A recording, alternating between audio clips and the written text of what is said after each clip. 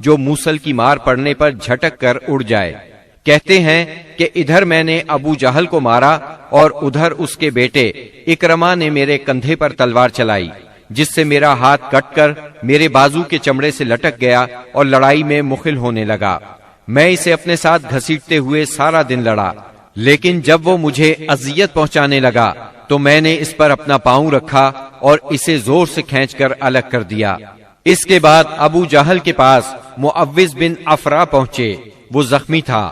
انہوں نے اسے ایسی ضرب لگائی کہ وہ وہیں ڈھیر ہو گیا، صرف سانس آتی جاتی رہی۔ اس کے بعد معوذ بن افرا خود بھی لڑتے ہوئے شہید ہو گئے۔ جب معرکہ ختم ہو گیا تو رسول اللہ صلی اللہ علیہ وسلم نے فرمایا، کون ہے جو دیکھے کہ ابو جہل کا انجام کیا ہوا؟ اس پر صحابہ کرام اس کی تلاش میں بکھر گئے۔ عبداللہ بن مسعود رضی اللہ عنہ نے اسے اس حالت میں پایا کہ ابھی سانس آ جا رہی تھی۔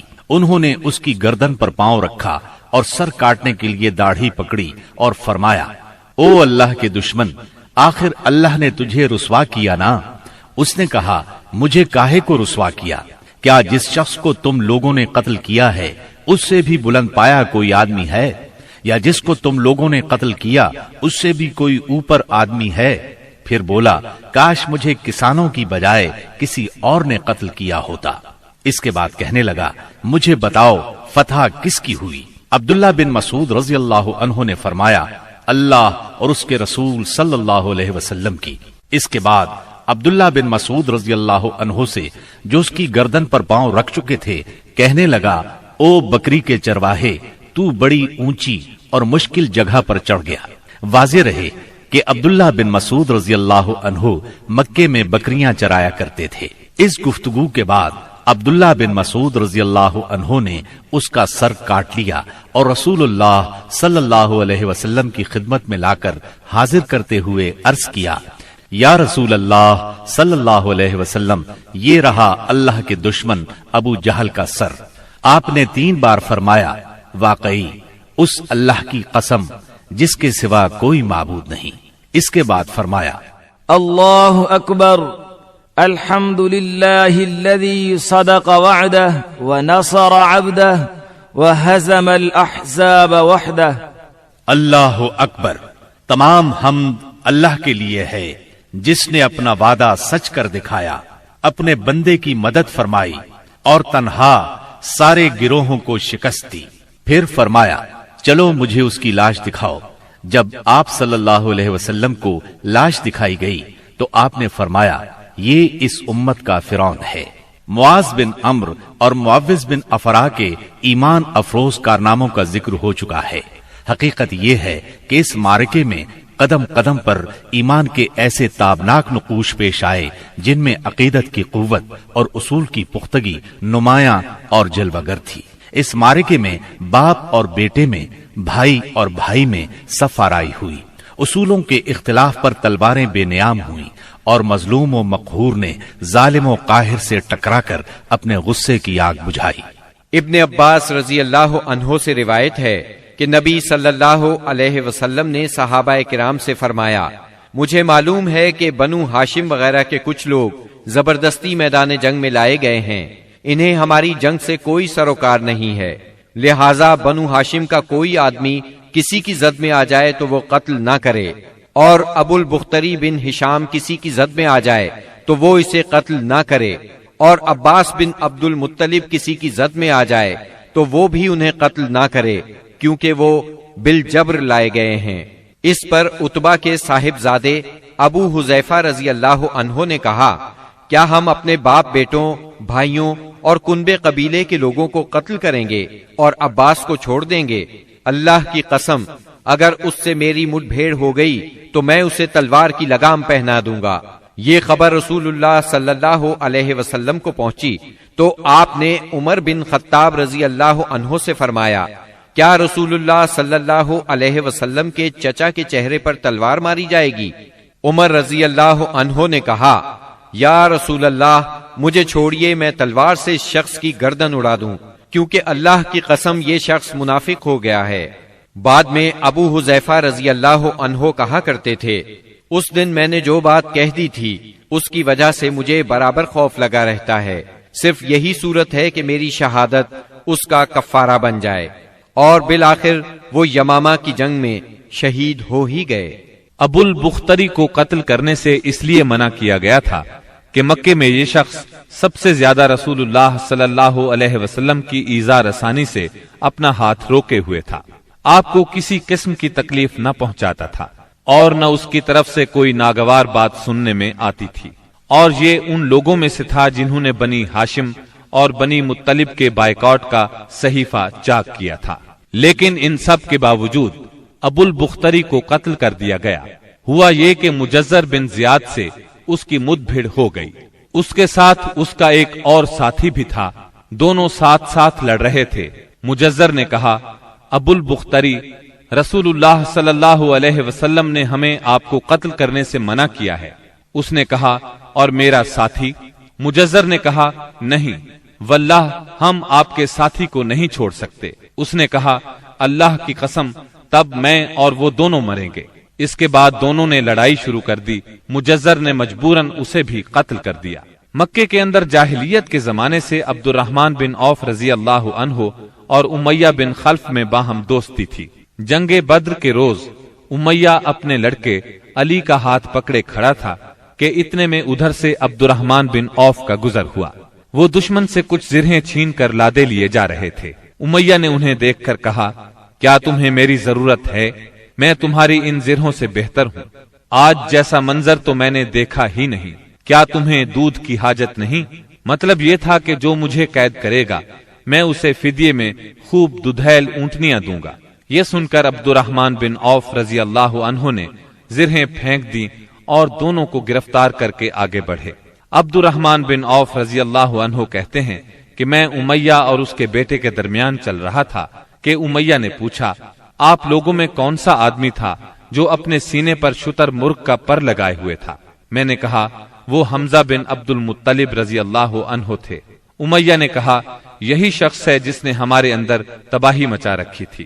سیدنا عبد الرحمن رضی اللہ عنہ کہتے ہیں کہ واللہ میں ان دونوں کو لیے جا رہا تھا کہ اچانک بلال رضی اللہ عنہ نے امیہ کو میرے ساتھ دیکھ لیا تو انہوں نے کہا، او ہو کفار کا سرغنہ امیہ بن خلف، اب یا تو میں بچوں گا یا یہ بچے گا۔ میں نے کہا، اے بلال رضی اللہ عنہ، یہ میرا قیدی ہے۔ انہوں نے کہا، اب یا تو میں رہوں گا یا یہ رہے گا۔ پھر نہایت بلند آواز سے پکارا، اے اللہ کے مددگارو، یہ رہا کفار کا سرغنہ امیہ بن خلف، اب یا تو میں رہوں گا یا یہ رہے گا۔ عبد الرحمن بن عوف رضی اللہ عنہ کہتے ہیں کہ اتنے میں لوگوں نے ہمیں گھیرے میں لے لیا۔ میں ان کا بچاؤ کر رہا تھا مگر ایک آدمی نے تلوار سے اس کے بیٹے کے پاؤں پر ضرب لگائی اور وہ وہیں گر گیا۔ ادھر امیہ نے اتنے زور سے چیخ ماری کہ میں نے ویسی چیخ کبھی سنی ہی نہ تھی۔ میں نے کہا، نکل بھاگو، مگر آج بھاگنے کی گنجائش نہیں۔ اللہ کی قسم میں تمہارے کچھ کام نہیں آ سکتا۔ عبد الرحمن رضی اللہ عنہ فرماتے ہیں کہ لوگوں نے اپنی تلواروں سے ان دونوں کو کاٹ کر ان کا کام تمام کر دیا۔ اس کے بعد عبد الرحمن بن عوف رضی اللہ عنہ کہا کرتے تھے، اللہ بلال رضی اللہ عنہ پر رحم کرے، میری زرہیں بھی گئیں اور میرے قیدی کے بارے میں مجھے تڑپا بھی دیا۔ سیدنا عمر بن خطاب رضی اللہ عنہ نے اپنے ماموں عاص بن ہشام بن مغیرہ کو قتل کیا۔ سیدنا ابو بکر صدیق رضی اللہ عنہ نے اپنے بیٹے عبد الرحمن کو، جو اس وقت مشرکین کے ہمراہ تھے، پکار کر کہا، او خبیث، میرا مال کہاں ہے؟ عبد الرحمن نے جواب میں ایک شعر کہا جس کا ترجمہ یوں ہے، ہتھیار، تیز رو گھوڑے اور اس تلوار کے سوا کچھ باقی نہیں جو بڑھاپے کی گمراہی کا خاتمہ کرتی ہے۔ جس وقت مسلمانوں نے مشرکین کی گرفتاری شروع کی، رسول اللہ صلی اللہ علیہ وسلم چھپر میں تشریف فرما تھے اور سعد بن معاذ رضی اللہ عنہ تلوار حمائل کیے دروازے پر پہرا دے رہے تھے۔ رسول اللہ صلی اللہ علیہ وسلم نے دیکھا کہ سعد رضی اللہ عنہ کے چہرے پر لوگوں کی اس حرکت کا ناگوار اثر پڑ رہا ہے۔ آپ نے فرمایا، اے سعد، ایسا محسوس ہوتا ہے کہ تم کو مسلمانوں کا یہ کام ناگوار ہے۔ انہوں نے کہا، جی ہاں، اللہ کی قسم، اے اللہ کے رسول، یہ اہل شرک کے ساتھ پہلا معرکہ ہے جس کا موقع اللہ نے ہمیں فراہم کیا ہے، اس لیے اہل شرک کو باقی چھوڑنے کی بجائے مجھے یہ بات زیادہ پسند ہے کہ انہیں خوب قتل کیا جائے اور اچھی طرح کچل دیا جائے۔ اس جنگ میں اکاشا بن محسن اسدی رضی اللہ عنہ کی تلوار ٹوٹ گئی۔ وہ رسول اللہ صلی اللہ علیہ وسلم کی خدمت میں حاضر ہوئے۔ آپ نے انہیں ایک چھڑی تھما دی اور فرمایا، اکاشا، اسی سے لڑائی کرو۔ اکاشا نے اسے رسول اللہ صلی اللہ علیہ وسلم سے لے کر ہلایا تو وہ ایک لمبی، مضبوط اور چمچم کرتی ہوئی سفید تلوار میں تبدیل ہو گئی۔ پھر انہوں نے اسی سے لڑائی کی یہاں تک کہ اللہ نے مسلمانوں کو فتح نصیب فرمائی۔ اس تلوار کا نام اون یعنی مدد رکھا گیا تھا۔ یہ تلوار مستقلاً اکاشا رضی اللہ عنہ کے پاس رہی اور وہ اسی کو لڑائیوں میں استعمال کرتے رہے، یہاں تک کہ دور صدیقی میں مرتدین کے خلاف جنگ کرتے ہوئے شہید ہو گئے۔ اس وقت بھی یہ تلوار ان کے پاس ہی تھی۔ خاتمہ جنگ کے بعد مصعب بن عمیر ابدری رضی اللہ عنہ اپنے بھائی ابو عزیز عمیر ابدری کے پاس سے گزرے۔ ابو عزیز نے مسلمانوں کے خلاف جنگ لڑی تھی اور اس وقت ایک انصاری صحابی اس کا ہاتھ باندھ رہے تھے۔ مصعب نے اس انصاری سے کہا، اس شخص کے ذریعے اپنے ہاتھ مضبوط کرنا، اس کی ماں بڑی مالدار ہے، وہ غالباً تمہیں اچھا فدیہ دے گی۔ اس پر ابو عزیز نے اپنے بھائی مصعب رضی اللہ عنہ سے کہا، کیا میرے بارے میں تمہاری یہی وصیت ہے؟ مصعب رضی اللہ عنہ نے فرمایا، ہاں، تمہاری بجائے یہ انصاری میرا بھائی ہے۔ جب مشرکین کی لاشوں کو کنویں میں ڈالنے کا حکم دیا گیا اور عتبہ بن ربیعہ کو کنویں کی طرف گھسیٹ کر لے جایا جانے لگا تو رسول اللہ صلی اللہ علیہ وسلم نے اس کے صاحبزادے ابو حذیفہ رضی اللہ عنہ کے چہرے پر نظر ڈالی، دیکھا تو غمزدہ تھے، چہرہ بدلا ہوا تھا۔ آپ صلی اللہ علیہ وسلم نے فرمایا، ابو حذیفہ، غالباً اپنے والد کے سلسلے میں تمہارے دل کے اندر کچھ احساسات ہیں۔ انہوں نے کہا، نہیں واللہ یا رسول اللہ، میرے اندر میرے باپ کے بارے میں اور ان کے قتل کے بارے میں ذرا بھی لرزش نہیں، البتہ میں اپنے باپ کے متعلق جانتا تھا کہ ان میں سوجھ بوجھ ہے، دور اندیشی اور فضل و کمال ہے، اس لیے میں آس لگائے بیٹھا تھا کہ یہ خوبیاں انہیں اسلام تک پہنچا دیں گی، لیکن اب ان کا انجام دیکھ کر اور اپنی توقع کے خلاف کفر پر ان کا خاتمہ دیکھ کر مجھے افسوس ہے۔ اس پر رسول اللہ صلی اللہ علیہ وسلم نے سیدنا ابو حذیفہ رضی اللہ عنہ کے حق میں دعائے خیر فرمائی اور ان سے بھلی بات کہی۔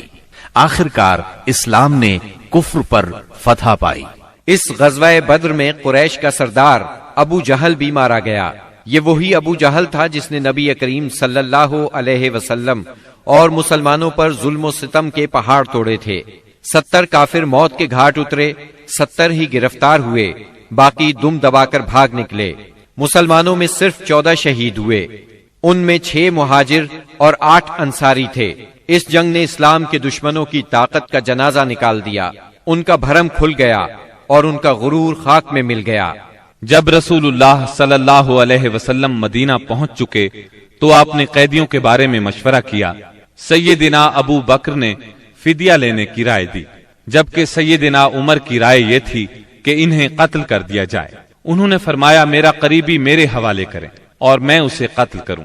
عقیل بن ابی طالب سیدنا علی کے حوالے کریں، وہ اس کی گردن کو اڑائیں، یہاں تک کہ اللہ کو معلوم ہو جائے کہ ہمارے دلوں میں مشرکین کے لیے کوئی نرم گوشہ نہیں ہے، اور یہ حضرات مشرکین کے ائمہ اور قائدین ہیں۔ رسول اللہ صلی اللہ علیہ وسلم نے فدیہ لینا طے کیا۔